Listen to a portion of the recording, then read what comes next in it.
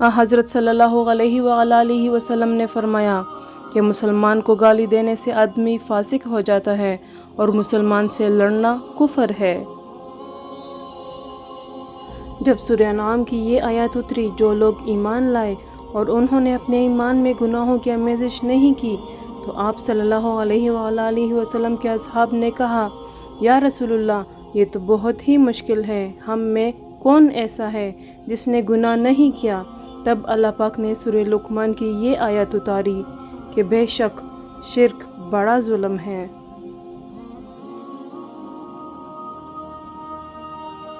حضرت صلی اللہ علیہ وآلہ وسلم اپنے حجرے سے نکلے، لوگوں کو شب قدر بتانا چاہتے تھے، وہ کون سی رات ہے۔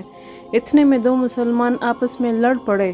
آپ صلی اللہ علیہ وآلہ وسلم نے فرمایا، میں تو اس لیے باہر نکلا تھا کہ تم کو شب قدر بتلاؤں، اور فلاں فلاں آدمی لڑ پڑے تو وہ میرے دل سے اٹھا لی گئی، اور شاید اسی میں کچھ تمہاری بہتری ہو، تو اب ایسا کرو کہ شب قدر کو رمضان کی 27ویں، 29ویں و 25ویں رات میں ڈھونڈا کرو۔